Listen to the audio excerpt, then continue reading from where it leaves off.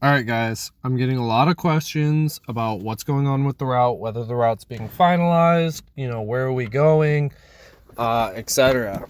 So here's the skinny as of right now. So everyone that's near Longview, besides Vancouver folks, are gonna meet. We're gonna meet in Longview at a predetermined location. Probably not my house because I just don't have the room for, even on street side, for like 10-15 rigs.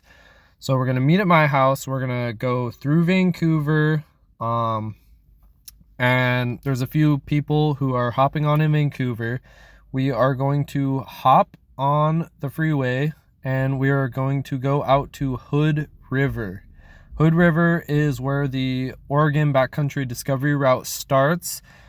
From there, we'll hop on Lolo's Pass and head down through Mount Hood, just following the OBD-CBR. And so this route right here is not the whole OB-CBR, but this marker right down here in Crescent, Oregon is HoopDX. This green spot right here is a super cool blue pool. It's called it's a blue pool. And there's some waterfalls. I mean, there's all kinds of lakes and creeks along the route.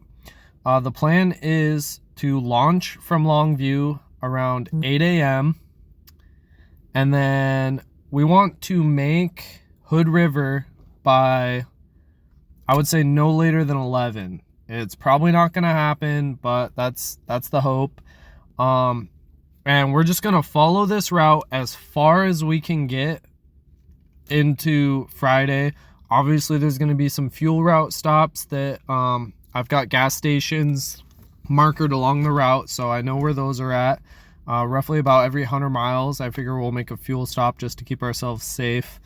So we'll get as far as we can Friday night. We're going to stop for lunch and, sites and stuff. So there'll be plenty of stops along the way, just whenever the group feels like stopping, really. We'll stop sometime into the evening. I know Jesse wants to go on a midnight fishing trip. So, maybe Detroit Lake. I'm not sure if we're able to fish over there. Some of this is Indian reservation.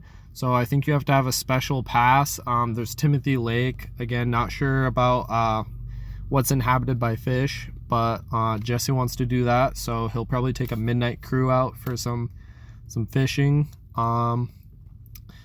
And Saturday morning, depending on how far we get, Saturday morning, we are more than likely going to jump off route.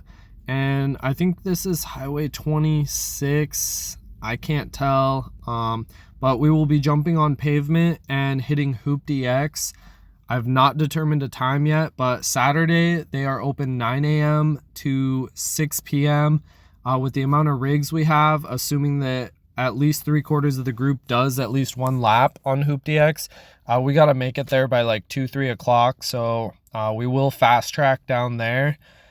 From there, it's really a toss-up on the group. So I'm figuring we'll get out of HoopDX by 4 or 5 o'clock. If we get there by 2, that's the hope.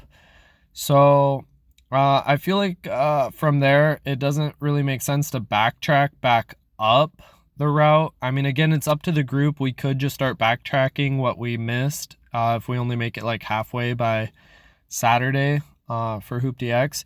But anyway, I think a general consensus is everyone wants to go to the dunes. So from HoopDX, we will gamble through what the gambler has posted as the labyrinth, which is somewhere through this area. And then we'll probably camp Saturday night at the dunes. So there's some cool stuff over there. There's a couple lakes, so, people can go swimming. But right now, that's the plan. The gambler's constantly changing how they're kind of organizing this. I've noticed that it went from there's no dispersed camp, no routes, no waypoints, to all of the sudden they got the labyrinth, Christmas Valley. I mean, we're going to HoopDX the whole time, so the route could change. It could change 5 more times. But our basis is to run this colored line all day Friday. all day Friday, maybe the morning on Saturday to get out to some pavement and hit Hoop DX Saturday. That is the first part of the plan.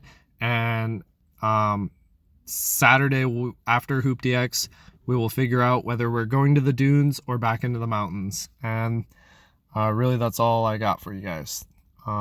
Should be a great year. We're going to do a ton more off-roading. We got way more rigs, way more people.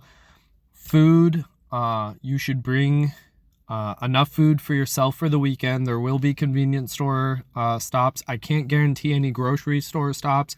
You should show up in Hood River or Longview ready with the food that you need for the weekend. Convenience stores obviously have a lot of beer, so if you show up without beer, the first gas stop, I'm sure, you know, there will be plenty of beer for you to buy. But yeah, just bring enough food for yourself for the weekend and enough beer for yourself for the weekend, and something to share with everyone for each of those. Obviously, there's 40 people, so I don't expect you to bring enough to share with 40 people on whatever thing you decide to bring. But you know, I figure if 40 people bring enough of one thing, one food item or one, you know, alcoholic item to share with, you know, 10 people, there's going to be plenty to go around. You know, it's too hard to organize 40 people for set meals. You know, you don't want anyone getting left out because someone else didn't bring enough hamburgers or whatever. I'm sure there's going to be tons of basic camping food, you know, hamburgers, hot dogs, etc., etc. So I'm sure there's going to be plenty of that. Right now, I only know of myself and April are bringing camping stoves. They're both 2 burners. Burgers are kind of slow. I'm sure, like I said, most people are probably going to bring a pack of burgers. So if you got a camping stove, at least 1 or 2 more people should bring one, just to help with the capacity. Otherwise, everyone's going to be waiting forever on burgers, which is an issue we've had in the past with a group half this size with 1 stove. So I'm sure 2's not going to really alleviate it since we have more people. If anyone needs help with rigs, don't be afraid to reach out. I myself am extremely busy, but my driveway is always open for anyone to work on stuff. I've got a welder, a plasma cutter, and I do have a lot of steel stock left. So if you want to just throw me some money for plasma cutter tips and the steel, my driveway is open. That's all I got for you now. Just wanted to make an update to try to make things a little more clear than just sending like 20 messages that are split up by everyone else's 20 messages in between. Thank you. Bye.